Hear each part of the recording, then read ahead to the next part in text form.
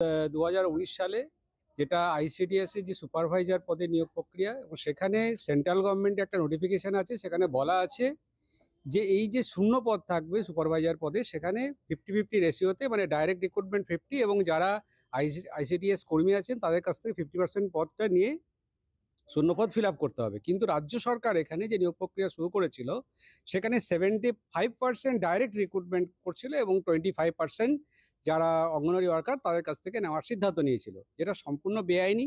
এবং সেইটা চ্যালেঞ্জ করে সিঙ্গেল বেঞ্চে মামলা হয়। সেখানে জাস্টিস রবিদা ব্যানার্জি বলেছিলেন যে এটা বেআইনি, এবং সেখান থেকে 50-50 রেশিওতেই নিয়োগ করার নির্দেশ দিয়েছিলেন। এবং সেই নির্দেশকে চ্যালেঞ্জ করে রাজ্য সরকার ডিভিশন বেঞ্চে যায়, এবং ডিভিশন বেঞ্চে যারা আইসিডিএস কর্মী তারা এই মামলায় যুক্ত হয়, এবং তারা নির্দিষ্ট দাবি জানায় যে আজকে 20 থেকে 22 বছর কোনো নিয়োগ হয়নি এবং সেখানে কোনো প্রমোশন আমরা পাইনি, অথচ আমাদেরকে দিয়ে রাজ্য সরকার সমস্ত রকমের কাজ করাচ্ছে। অথচ সে কেন্দ্রীয় সরকারের যে নির্দেশনামা আছে, যেখানে 50% আমাদের থেকে নিয়োগ করতে হবে, সেটা সম্পূর্ণভাবে বেআইনিভাবে 75% নিয়োগ করছে। সেই মামলাটি আজকে ডিভিশন বেঞ্চে উঠেছিল, এবং সেখানে ডিভিশন বেঞ্চ সিঙ্গেল বেঞ্চে যে রায়ের মান্যতা দিয়েছে, এবং সেখানে বলেছে যে আইসিডিএস কর্মীদের থেকে যে 50% রেশিওতে ফিল আপ করতে হবে, সেই নির্দেশই বহাল রেখেছে। এবং রাজ্য সরকারকে বলেছে যে টোটাল যে ভ্যাকেন্সি আছে, সেই ভ্যাকেন্সির 50% যারা আইসিডিএস কর্মী তাদের থেকে নিয়োগ করতে হবে।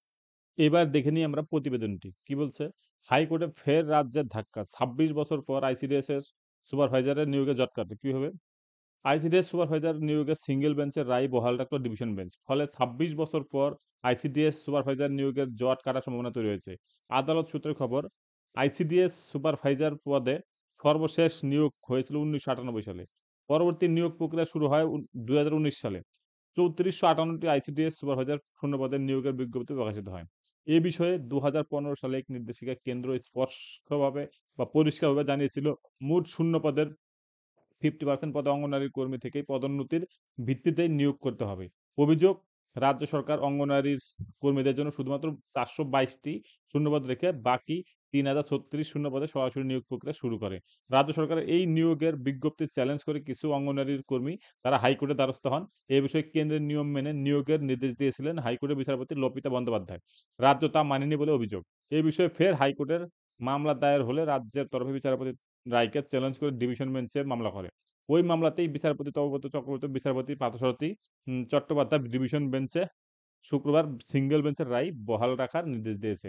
আমরা জানি কয়েকদিন আগে রাজ্যের মুখ্যমন্ত্রী মমতা বন্দ্যোপাধ্যায় আইসিডিএস কর্মী এবং আশা কর্মীদের মোবাইল দেওয়ার নির্দেশ দিয়েছেন, যাতে তাদের অনলাইনে কাজ করতে বা বিভিন্ন রকম কাজ করতে সুবিধা হয়। আমরা জানি এটা নিয়ে অলরেডি আইসিডিএস এর কর্মীরা কলকাতায় ডেপুটেশন দিয়েছিল বা প্রোটেস্ট করেছিল, যাতে তাদের মোবাইল দেওয়া হয়, স্থায়ীকরণ করা হয়। তারই একটি উদ্যোগ হলো গিয়ে মুখ্যমন্ত্রীর তরফ থেকে তাদের মোবাইলের যে তথ্যটা সেটা স্বীকার করে নেওয়া এবং তাদেরকে সেই মোবাইল দিয়ে দেওয়ার প্রক্রিয়া শুরু করা।